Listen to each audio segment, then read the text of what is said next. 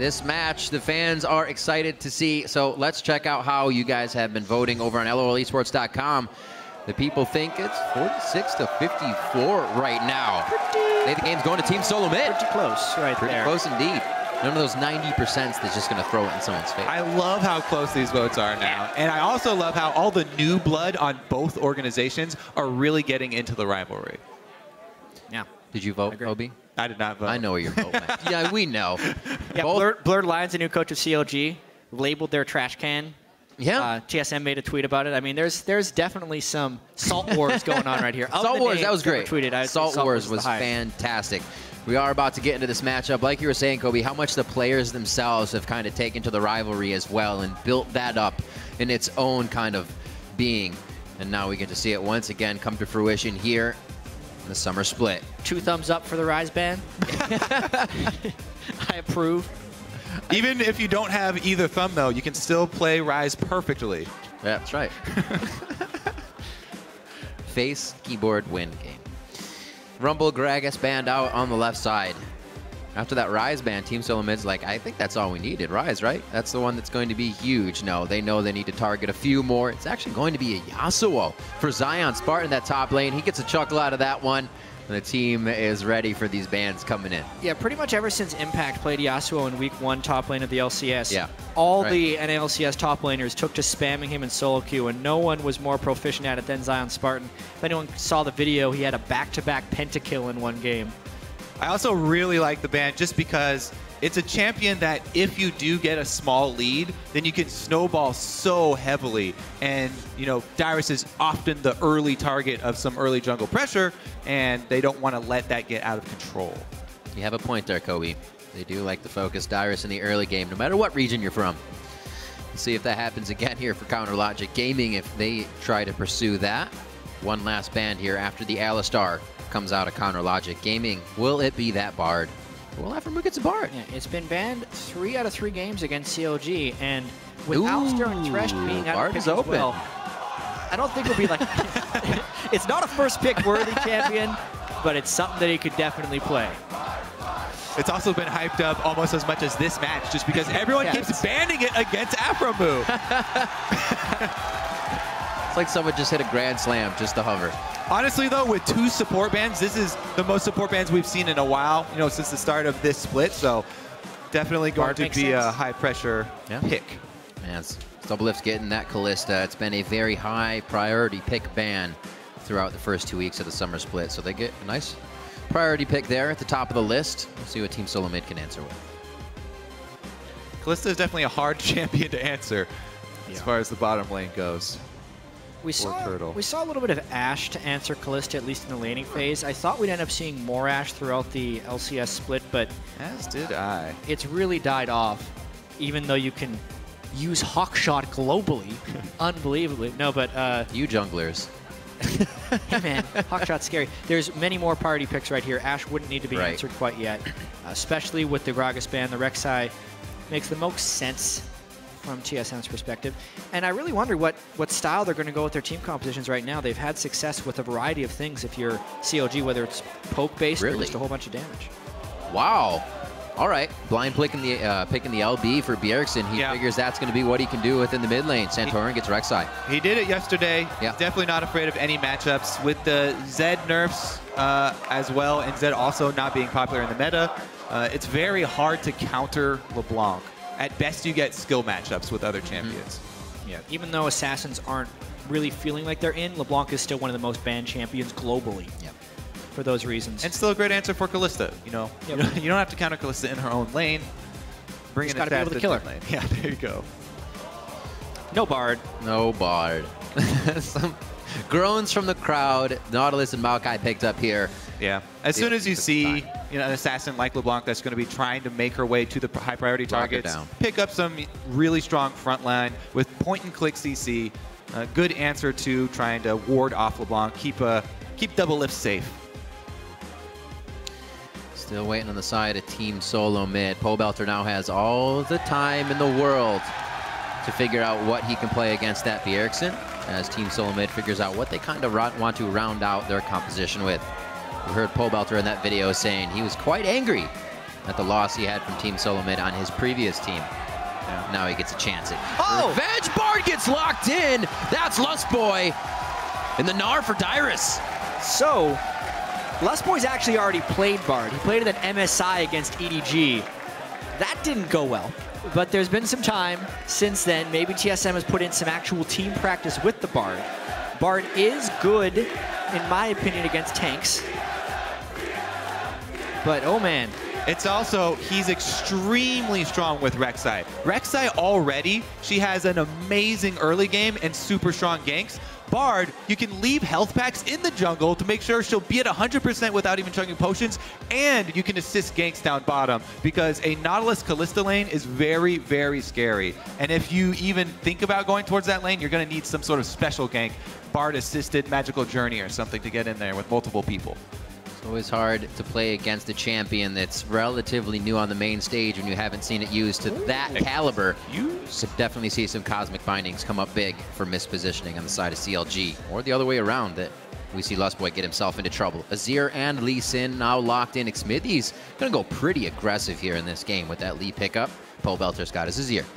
Yeah, Lee Sin against Rek'Sai is very bold. Rek'Sai can shut down Lee Sin fairly well, right, so Smithy's going to have to find opportunities that aren't near the Rek'Sai, especially with Sejuani up on the table and already a heavy tank line. Interesting choice right there, but they need to keep up with early pressure, is what that pick says to me. If I was Smithy, I would definitely focus my efforts around the dual lane, and it's not just because this is Counter Logic Gaming. That Lee Sin plus the Kalista Nautilus combo is very, very scary. Whether it's lane swap or not, you have to worry about dives, you have to worry about early pressure. That's where most of their kill pressure is going to come from early on. Silver makes the most sense. Catch up to people on some Tempered Fate. Team-based. Run away from a fight, get Gnar back in. LeBlanc can worry about herself. Bjergsen's pick now goes to him in the mid lane. We see these compositions rounded out. What are you guys thinking looking now at Counter Logic Gaming and TSM? Well, it looks like TSM's still going around the Bjergsen strategy. They had 12 kills on LeBlanc yesterday. That was with Rek'Sai jungle support. Bard also significant roam pressure throughout the map. Maybe some lane swaps from TSM, but mainly a mid lane focus game as we normally see. Yeah. Once again, the matchup, the LeBlanc-Azir matchup that Bjergsen talked about being so easily tipped. Yet, the two times we've seen it, Xiao's been on both sides of that as the Azir and LeBlanc. Got crushed as Azir, then crushed with LeBlanc. Lucky for Xiao, he's not in this game. All right. Pobelter going to have to try to reverse the trend that we've been seeing from that matchup. The coaches to approaches. 6-lol, Loco Doco down. Loco getting a few last words in there, making sure the team knows what to do. Be like, make sure you don't just Tempered Fate yourselves and stand there and look weird. You're going to have to make this work. You're pulling out a Bard pick. Definitely trying to kind of send a message here. Absolutely. Be sure to update your vote with each gank and team fight by tweeting at LOL Esports with either the hashtag CLG win or hashtag TSM win. We'll update those as we get through the game. You see the comps on your screen. The crowd is more than ready. Week 2, day 2, representing the Goliath versus Goliath match here as Counter Logic Gaming takes on Team SoloMid for the rivalry. Let's see what these guys got for each other. We are on the Rift.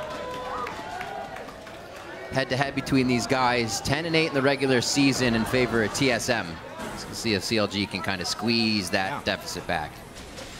It's going to be quite the game. It's earlier on in the season, not as much hype from the last TSM versus CLG game, but whenever these guys have played against each other, I mean, even hearing the analyst desk talk about it, it has set teams on very different trajectories. That's very true.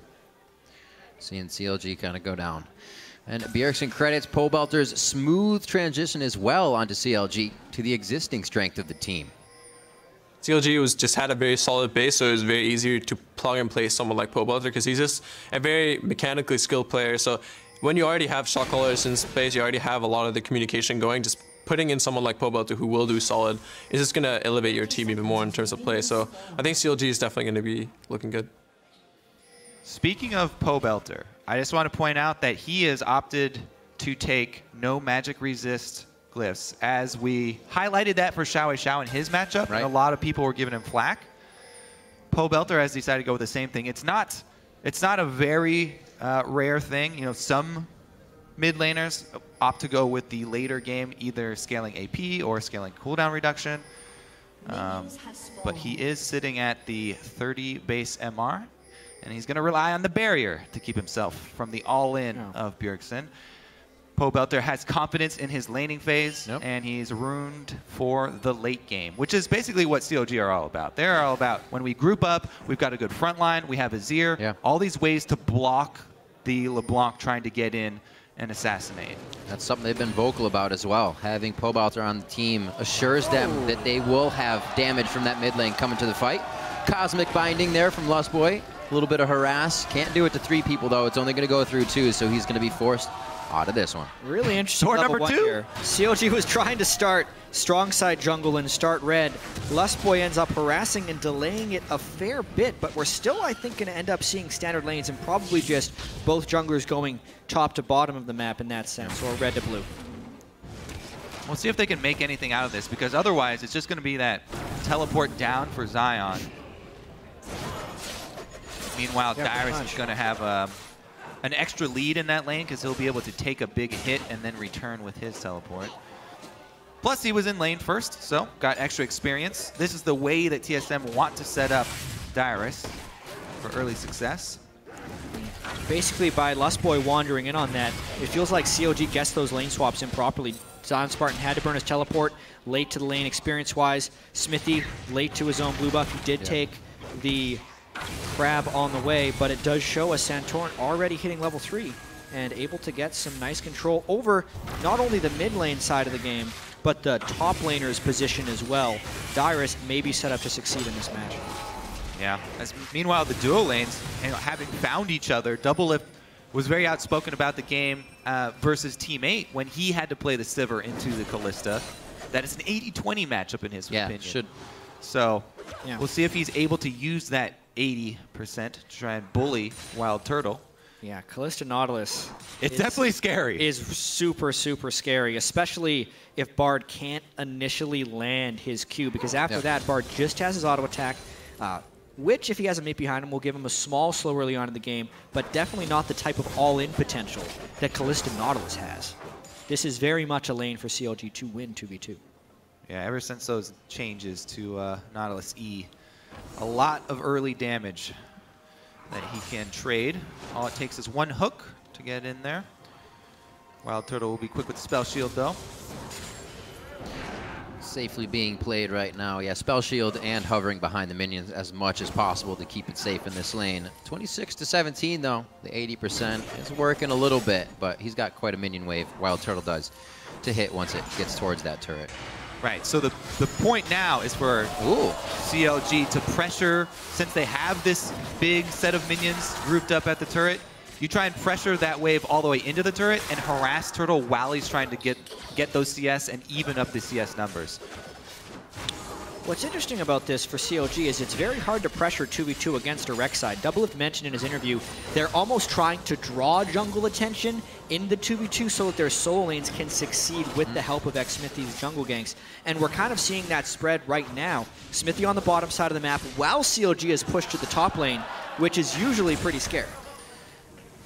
That is a good point, because while Kalista Nautilus is very scary with the all-ins and the offensive power, it doesn't have the same reflexive properties as the Thresh Kalista or the Morgana Kalista, which are really, really safe and almost immune to ganks because they have so many options to get out of them. Nautilus, a bit fewer, can make his own escapes. He'll hook himself out and say, good luck to you, sir. Well, he'll get another escape soon once they get that Fate's Call in. Hopefully they can use it in a bit of an aggression and not defense. See what they can do continuously here towards this top side. As we were saying, Doublelift able to get the CS lead there, but Bjergsen with those consumables in the mid lane, bit of a level lead as well as the CS lead there against Pobelter. Decided to bring the ring and the biscuits, not able to harass as much. Doublelift getting hit pretty good, but trade CS as he's losing, so he's not too worried about it. Yeah, Dyrus is doing a pretty good job on the other side of the lane, so keeping a small minion wave to sort of balance the other side. Basically, that leaves mid lane then, and Bjergsen is doing some work. Fiendish Codex first buy for him. Actually, a little bit more mana regen. 2 potions for mana as well. Definitely wants to try and either get that barrier off of Pobelter or go hard here soon. Keep farming the waves out and make sure he does not get pushed in. Hasn't happened yet. Pobelter finally getting the wave to actually go to Bjergsen's side, but he's going to be there to pick up most of it. Good play so far around the map. We still have yet to see a kill here. Really, any jungler intervention. And really, we've still seen Santorin kind of out-farm Xmithy, partially based on the start and partially because Xmithy's chasing his own tail a little bit. Santorin cleared the blue buff side of COD's jungle, and Xmithy came in behind to see it. And really, if Xmithy's going to impact a lane, it kind of has to be what is now the bottom lane, the Maokai versus Nara matchup. Generally because if COG is pushed in most of the time and daring Rek'Sai to gank. Additionally, Lee Sin doesn't actually want to run into Rek'Sai on a gank path because Rek'Sai can win that duel.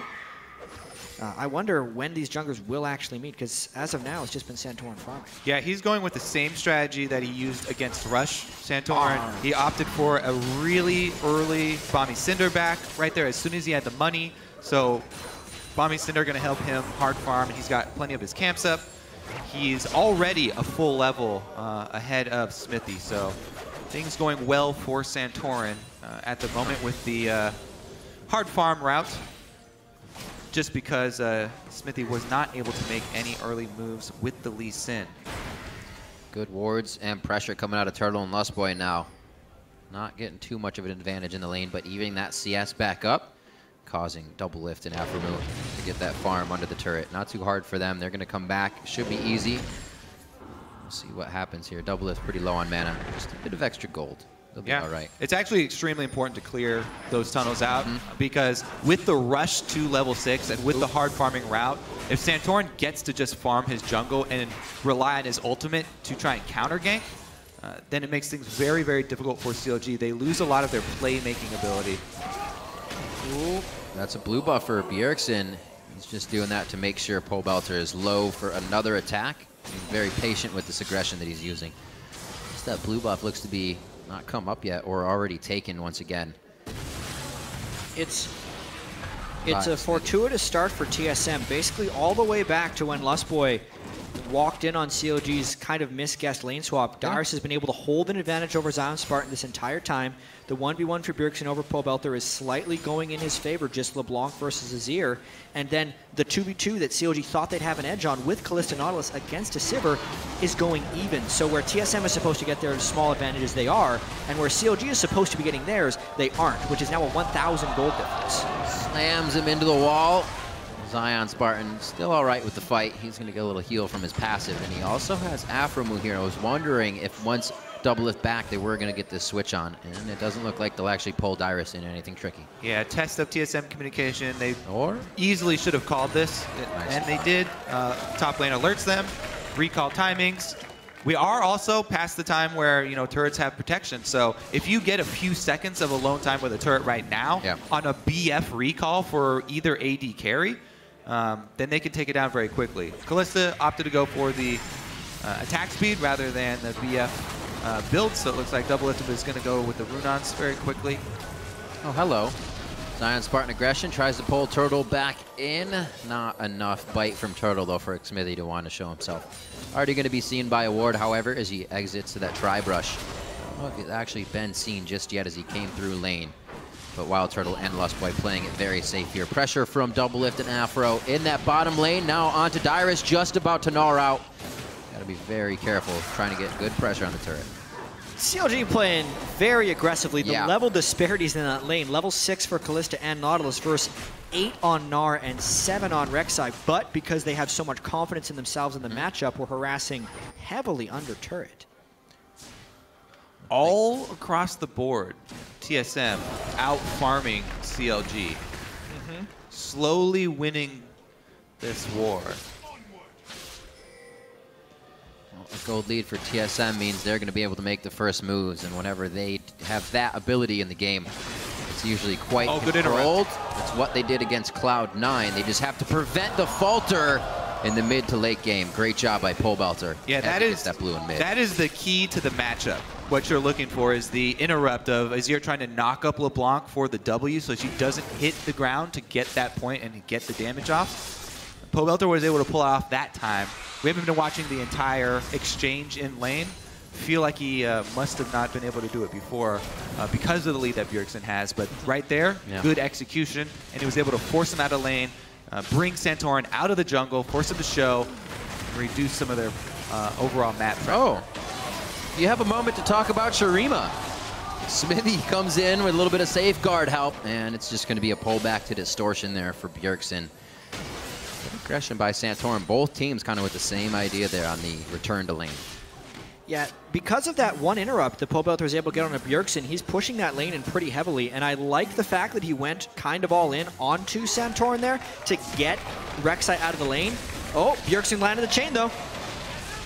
From just on the side, that's really the reason they could go aggressive. Yep, should get it soon, especially with having those soldiers up. And we were talking about his reaction time on Bjergsen. We remember Pole Belter was the guy on Xerath to stop the LeBlanc W's with his stuns as well, being able to hit those. So his mechanics have always been on point. Probably why CLG picked him up. Could be one of those. It's 12.5 minutes into this one, and we are seeing no kills across the board, but still 1,000 gold lead through what's happened in the lanes. Yeah. This was a pink ward that CLG had. Bjergsen cleared it out about 2 or 3 minutes ago, and now he's taking the same roam path down again. This is going to be tough for Double to survive. Oh, close. No, they are on a double lift. Santorin flashes in for the knock-up. Aphromoo, he's just getting tossed every which way, and will finally go down to the hands of Bjergsen. A lot of kills and assists picked up there. Tough to survive a 5-man gank down bottom. Double lift, this is probably the #1 thing he complains about if you ever watch his stream. All 5 people pile on down bottom lane. They make it worth their while, though, because they can answer turret pressure. Yeah. Now it's all about how they actually do answer. I mean, CLG didn't necessarily have the lanes prepped to answer that well. If someone sends 5 down, you almost want to be able to get 2 turrets. CLG can get mid lane, and they can't even control Dragon, so it's actually a turret trade, but TSM gets 2 kills out of it. Such a good call from TSM there. Their mid turret was about to go down anyway. That thing was basically forfeit, and they were able to get a huge lead out of it bottom, and taking that turret down from about 80%. First pause of the day. First pause of the day. My turrets aren't working. There's 5 people bottom lane. What is this? Yeah, double pauses the game. Excuse me. I did not RSVP to this party. Still happened. So we'll get this figured out. You can see the scoreboard in front of you. We said there was just about 1,000 gold lead that separates these teams. It's been pressed a little bit there by Team SoloMid in the last few minutes, but towers look to be in their favor here. They did lose their mid, however, so forward wards could be placed by CLG to get even more in the face of Santorin, who's been having a great farm game. Maybe they can disrupt that. Yeah, now's a decent chance to also check on the build paths a little bit. The fact that we see both Morel and Omicron, we're seeing more of that from mid laners, and if they want magic resist, they'll get it later. So because Pole Belter needs to survive the Bjergsen burst, he's gone for the no magic mantle. Outside of that, double lift with Hurricane first, which isn't actually the default on Kalista, it feels anymore. Most are Blade of the Rune King or Bloodthirster. With the Hurricane, double is mainly just trying to keep up with wave clear, because that's what a lot of this game has been. Yeah, CLG's side wave management is going to have to be accurate here, because TSM, they have so much of a mobility advantage with the Sivir and with the Rek'Sai teleport. They're really going to have to pay very close attention to their waves. As we just said, with the bottom move that just happened, we're not prepped to answer, and TSM were able to commit 5 members in one area. Let's see that one more time. Yeah, it's just, you can see, even if you look at the minimap, Zion Spartan's not close. Doublelift did his best he can. He sidestepped the zone ult, then flashed into his turret, but then Santorin flashed on him as well. There were 3 forms of crowd control hitting him in the face instantly. Depth charge, coming in with Bard. Yeah. And what happened at the end there from CLG is one of the worst things that can happen is you're late to a rotation fight. So when they sent 5, CLG essentially committed 4 to the same spot on the map, but because they were late, they couldn't trade objectives appropriately afterwards. Aphromoo did all he could. Tried to save his double lift. They're getting Bjergsen's computer restarted here as he came back to lane. The health of the minions were not falling for him, so quick restart, and we'll get him back in and get that fixed up. Right now, positioning, we did just see that CLG was kind of towards the mid lane. They were working off of the replay we just saw where they took down double lift.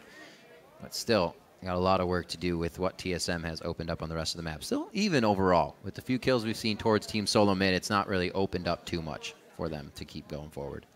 Dragon is still yet to be taken, about 14 minutes in. Players about to get patiently back waiting. into the game. Yep. The other thing to mention is that with this lead, TSM should be able to get a lot of map control due to Santorin's hard farm early. He is first to sight zone. He beat Lee Sin to sight zone. And Smithy's having to buy regular green wards and pink wards in small quantities to try and keep up with the vision. So everybody on CLG now is purchasing wards to try and keep up with the amount of map control that TSM have right now. They need to be able to make a counterplay very quickly and try and stop the bleeding.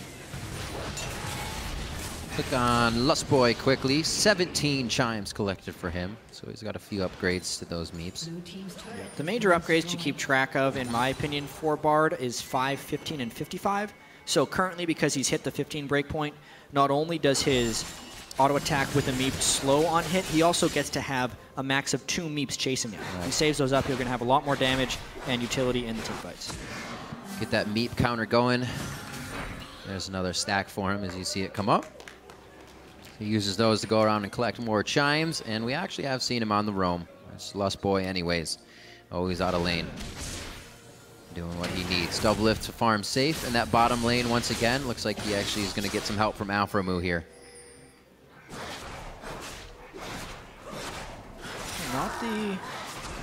Not the 2v2 that Double Lift and Alframu envisioned. Yep. Obviously the 5-man dive set Wild Turtle ahead in the CS by a little bit. But at this point, as Kobe was saying, it's kind of like a slow bleed for CLG. TSM just winning almost every matchup by a little bit. And if that collapses into a team fight, it's actually a 2,500 gold difference. Something very telling for CLG, as Bjergsen goes in for another trade, is how they've really concentrated a whole bunch of these wards that they bought down around Dragon, really prepping for that.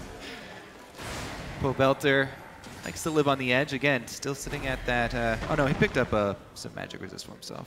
Great timing by Bjergsen's attacks there. As soon as Pobelter's throwing his soldiers, Bjergsen's in immediately, knowing the trade is his. Dragon's going to go down here. First one coming in at 16 minutes. Team SoloMid. A team that'll let those go. A team that'll be okay with grabbing them. This game, it's just theirs uncontested. So they are happy to have that advantage. Not pressuring themselves in anything too crazy, though. I'm sure against Counter Logic Gaming, they're thinking the same thing could happen that happened against Cloud9. Get that lead, get too aggressive, and get flanked on your own engage. It's actually a very big deal that Bjergsen was able to open up that window to take Dragon for TSM. The team with Sivir and LeBlanc. We keep on stating it. Every time we see this combo, the control of Fog of War and control of neutral objectives makes it very, very difficult for CLG later in the game. It's really hard for them to try and face check and try and fight back to in a losing vision war. So if TSM get that upper hand, it's going to be a rough climb for CLG to come back. There's some global gold, though, for their efforts. Yeah, it looks like TSM, because the Dragon was down, decided to swap back, but then CLG very quickly took this turret. We mentioned the turrets have no added defenses, but it looks like CLG is going to be able to defend this one, giving them a turret lead for now. Which you have to credit CLG for. Frozen Heart onto Zion Spartan first. It looks like he's going to have the Righteous Glory for himself. Again, the soldiers go out and Bjergsen goes in. Pobelter takes an unfair trade in that damage. Bjergsen gets out unscathed. Santorin with deep wards here, but he's found out by the Wisp. I'm not going to try to act on that too quickly here. TSM slowly working their way around the map here. They're not actually pressuring themselves to get too much. Not afraid that they're down a turret. Just playing it slow. Yeah, it's a great feeling to be down a turret, yet still up in gold because of the early lead that they've accumulated. Dyrus down bottom by himself. Should be able to get some pressure while they see CLG focusing most of the people top. We got a recall, though, from Zion. We'll probably go try and collect that wave before it hits the turret. See if TSM can make any plays. Shoving up the wave to try and pressure Zion and then forcing him with the teleports. Yeah, I mean, we mentioned how CLG is kind of going for the late game with the Azir, the Kalista, and the Maokai. And quite honestly, they're going to need it at this point. Yep. Being up a turret, still down in gold. Bjergsen's strength will be incredibly pivotal because it's basically a two-threat team for CLG with Pobelter and Doublelift. If either one of those guys gets deleted by a LeBlanc combo, the fight's pretty much over at that point. A lot of it will really just do on CLG's vision control on Fog of War, and whether or not they can target Bjergsen almost before the fight happens, or somehow remove him from assassination potential.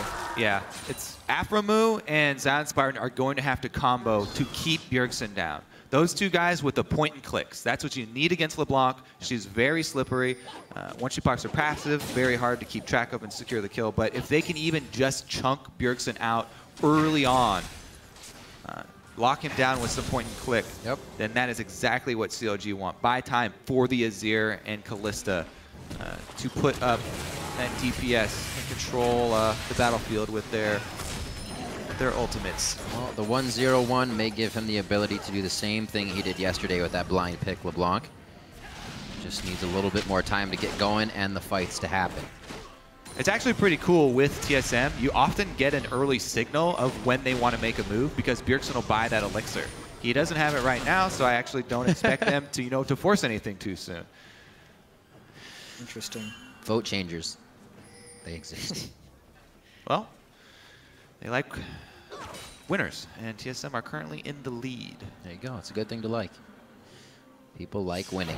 Minute and a half on to Dragon. Could be a little more win for Team SoloMid, or possibly even up by CLG if they're able to grab number 2. The one chain missing usually means that LeBlanc wants out until she can do it again.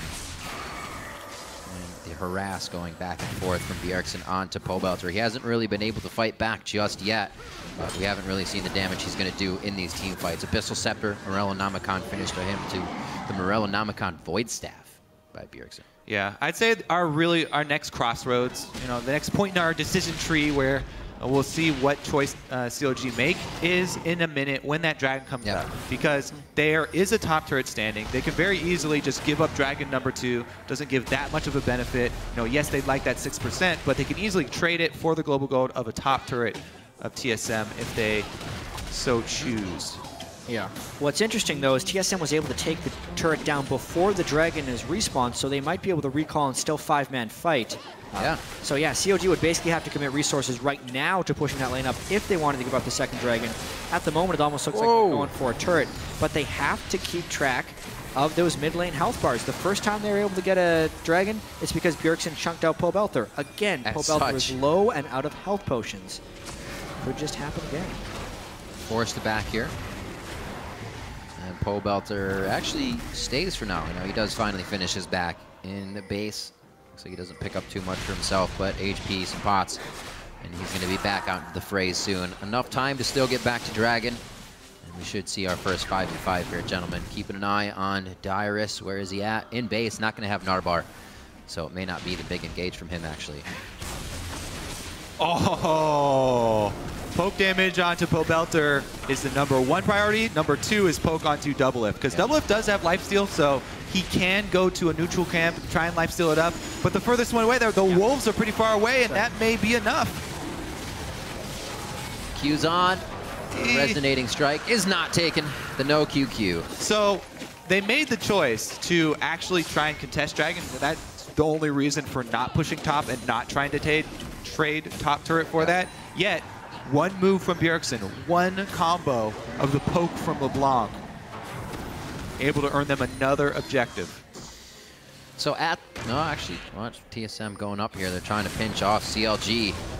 Force them into this fight. What a hit. Very nice Cosmic Binding there to lock up Zion Spartan for a bit more damage. Yeah, Bard actually has decent upfront damage as well, so that combined with LeBlanc just shows the poke type damage that LeBlanc can put down.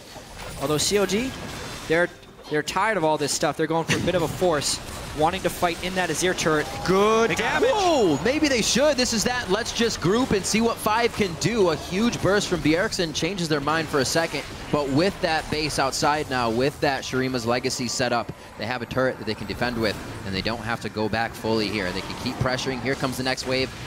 If Pobelter can get up there and use his soldiers, he cannot. That turret stays alive. That's why Sivir is the go-to pick here for TSM. Not only the team-oriented ultimate, but wave clear when you pick an assassin mid laner.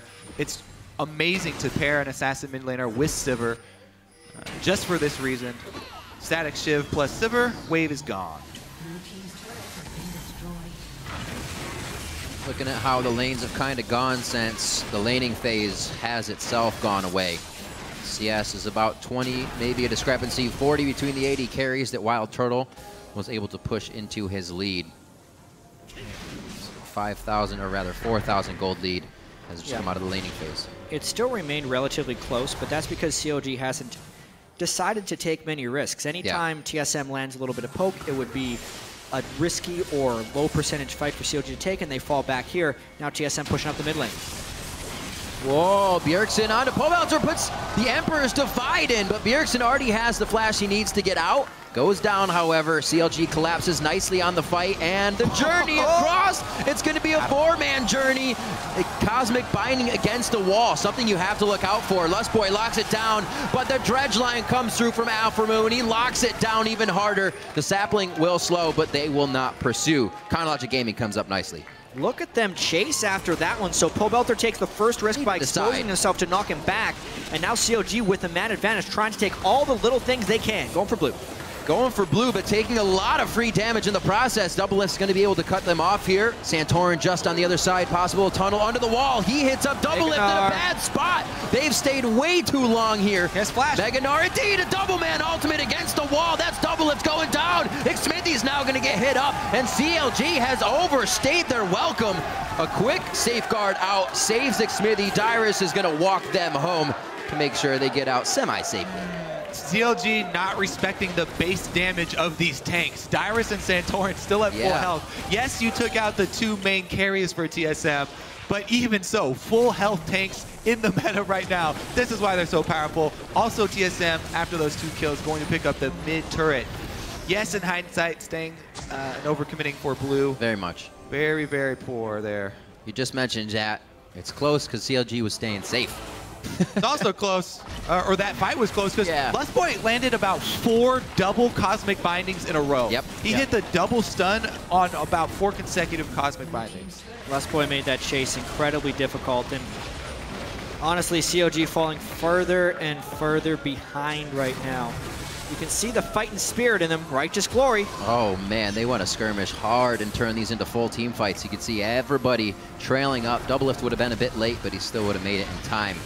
They are hot to fight right now. Yeah, and the other thing that we need to mention in this game as well is the Zion Spartan versus Dyrus matchup. Dyrus has definitely held his own, and he has not been focused down, dove, any unfortunate things like that, and that's another reason his Mega Gnar was so threatening right there.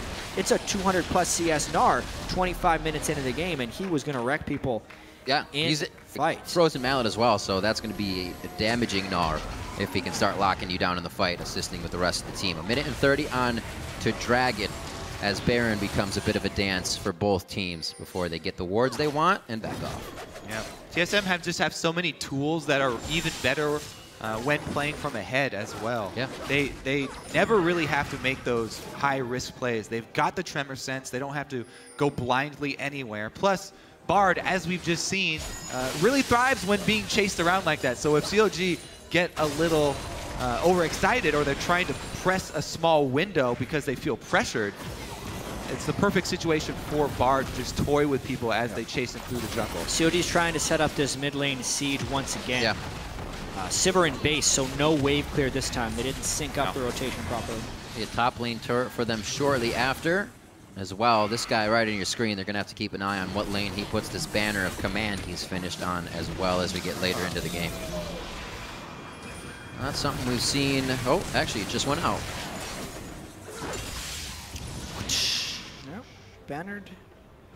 ranged minion. Well, Not even a cannon. actually, something that CLG have done very well is control both side lanes. Both of them are pushing slowly in CLG favor. So they were able to take that mid turret without any sort of repercussion.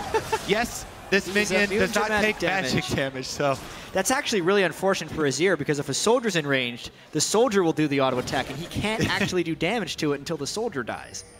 So Pobelter had to slap it to death very slowly. Very slowly. there's that side wave control. Yeah. Getting it cleaned up. Couldn't stop it before it hit the turret, but CLG make sure to have that kind of pushing before they need to do anything about it themselves to take down that turret. They actually get Double Lift and Aframu to stick up there. Like Smithy and Zion Spartan creating somewhat of a wall over towards Baron and some wards for them to keep them safe. They should be able to back out of this pretty easily. Bloodthirster Hurricane now finished up for Double Lift as he's getting his farm on. 267 to 233 in that lane, so it's stayed consistent in that deficit since they've been on a lane. Last Whisper on Wild Turtle, as long as his 2 other items. And we saw how much it was trouble for TSM if he's not at the turret, so they cannot afford to fall out of position like that again if CLG's pushing. Another thing to keep in mind is when Azir gets his items, it almost doesn't matter who he's hitting. He's going to kill them pretty quickly. With Void Staff, Abyssal, basically, Pobelter gets one more. If he can get his death cap and actually set up in a team fight, it won't matter how tanky Dyrus and Santorin are. It can shred the tank line. So CLG, even with this 5,000 gold disadvantage, if they can somehow keep Pobelter safe, can still do a whole bunch of damage. That'll be the start of it. Tempered Fates himself and Zion Spartan. Here comes the teleport in. Should be safe for now. Smithy on the wrong side of the fight. Zion Spartan gets taken down as he twisted advances in one more time. Dyrus just trying to gnaw out everybody backwards to stop the fight for Team SoloMid. CLG is putting themselves on the front line and then the back line perfectly to make sure Wild Turtle does not have targets, and then they're able to focus him down. Pobelter with some big-time plays early on here. Bjergsen though once more. Oh, he goes in. He's able to take down one. Aframu gets hit. Double Lift now onto Bjergsen. He's able to mimic it out. That mirror image giving him a bit of a mind trick. One last arrow. Can he throw it through? It's going to be Pobelter shifting the soldiers forward and picking up the kill. Santorin lives with a sliver of HP. Crazy stuff. Wow, what a fight there. CLG found a fight where they can focus someone down before Bjergsen can enter it, and now Rek'Sai ulted back into base. There's no teleport from Dyrus. Zion teleports in. Maybe CLG parlays this into a Baron. The DPS for CLG did survive. They're beating on it. And Kalista has the Ren secure. Rek'Sai so on the way, though. As long as they can get this to about 1,800 health without getting killed themselves, this Baron is CLG's. Santorin doesn't look like he even wants to try for it. Boom. CLG back in the game thanks to a tremendous fight from Pobelter. Strong team fight play there from CLG. Protecting Pobelter and Double Lift. Pretty much freely auto-attacking both of these guys for the entirety of the fight. There's the stall from Lustboy to try and buy time for Dyrus. I have to question the placement of that Bard ultimate. If he throws it on the squishes of CLG, it's not the Maokai that's going to kill him. Azir able to set up for after the Zhonya's effect wears out. Pobelter gets super aggressive coming in. Bjergsen gets blocked by the Emperor's Divide on his first assassination attempt, which then is able to extend this fight more for CLG. And a beautiful flash hook there at the end for Aframu to get Sivir. But Bjergsen still picks up something the else. Continuation of this fight where Bjergsen goes in to try and finish off a couple people. Makes a slight misstep there, and Double Lift is able to punish him. Almost able to juke him here as he goes back to the W. But Pobelter will cut him off. Went to auto-attack that minion on accident. Definitely cut some of his speed. Unfortunate. Team SoloMid again towards the late game. Falter just a little bit while having a lead. As we said, this was going to be CLG's focus the entire time from champion select. They're working towards that late game, looking to use that zone control of Azir and their strong tank line to control the team fights. Now they're grouping up with Baron buff, trying to knock down outer turret. This outer turret should not be long for the world, especially with a few of the soldiers being used to burst it down. Sounds weird when you say that to a turret. 158 on the clock for Dragon. And it looks like Counterlogic Gaming is starting to get the positioning they want. They did not let the early game shunt their mentality at all. They're still going strong. The Dragon will be incredibly important, but honestly, with the Baron up right now and a potential front line to stop Bjergsen flank, CLG really looking for a big opportunity here. How much damage can they safely get on this turret? Sivir at this moment is godsend, being able to clear these Baron up waves. Also with the static shiv, making sure they can, since they were going to be getting pushed into the turret, they figured. Pobelter also with one of those elixirs of brilliance. Really got to watch out. Something fascinating so far this split about TSM has been their priority on Dragon. Last split, they almost always gave up the first Dragon, were able to come back for it, still win games. In the Cloud9 game, TSM took the first 5 Dragons, could not close out a victory. This game, they're up the first 3 Dragons, but they're misstepping in the middle of the game and giving up some of their leads. Now they're on a bit of the back foot. Oh, could be an ultimate. Eyes still on Dyrus. He's able to throw Zion Spartan back. It's still tanky, and that's going to give the team enough time. That's double lift and Smithy in the Bard out. Double lift can still start to kite back.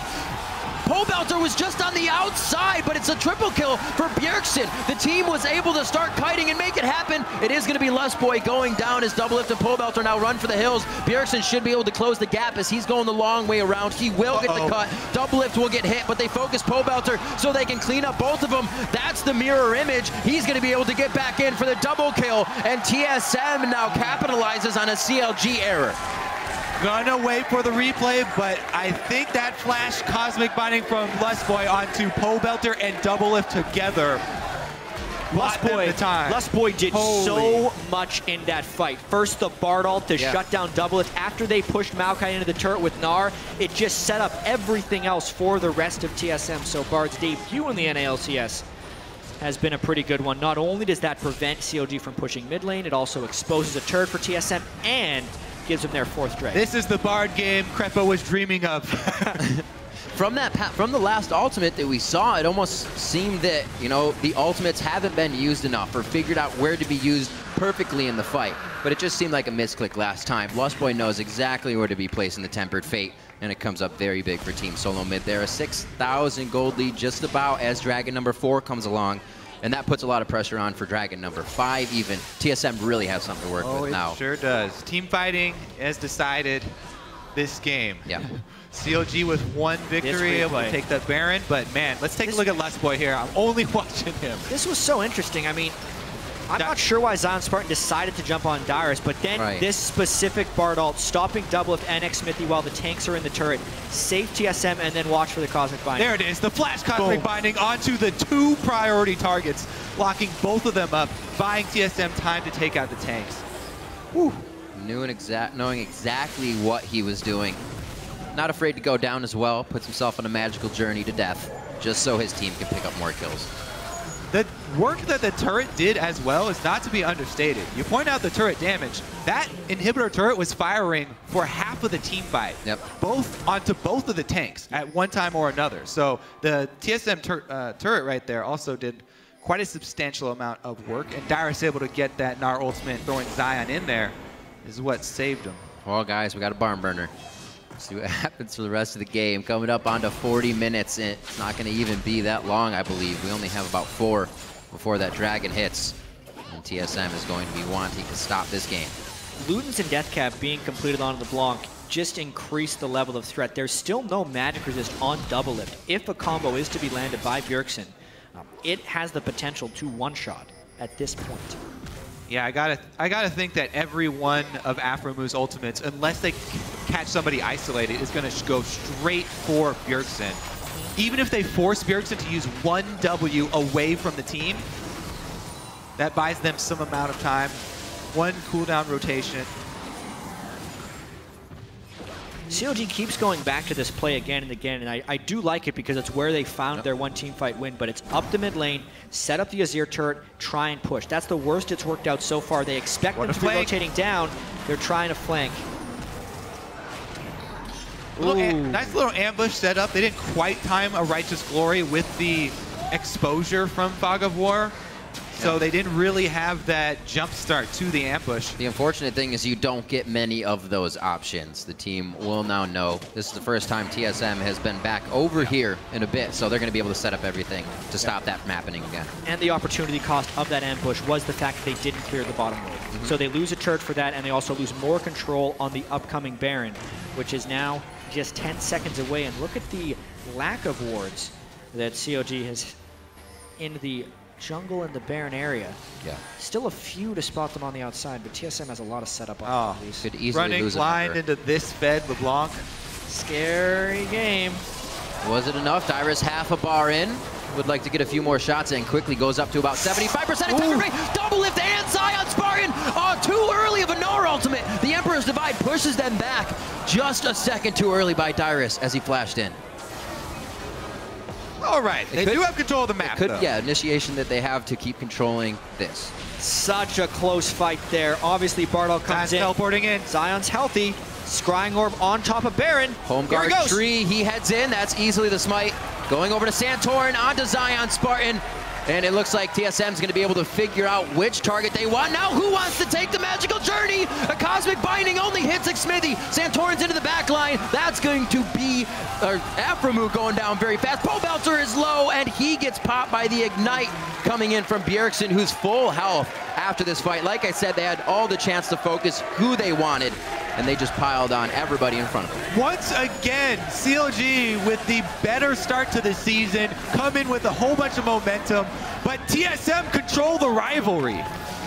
It's the same thing that happened to CLG we talked about before. As soon as they hit the TSM roadblock, they could not stop the slide, and it hopefully won't happen again for them, for the CLG fans. TSM on the Nexus, 40 minutes into this one, 17-7. Team SoloMid takedown Counter Logic Gaming. Gotta feel good for TSM after dropping the first game of the split to Cloud9. Yeah. They're able to take down the last undefeated team in the LCS in CLG. Everybody's a little bit wounded now. Yeah, here that's in the North true. American LCS. And honestly, Lost Boys Bard this game was really, outstanding. really strong. Some small missteps in the mid game, getting picked off by CLG. But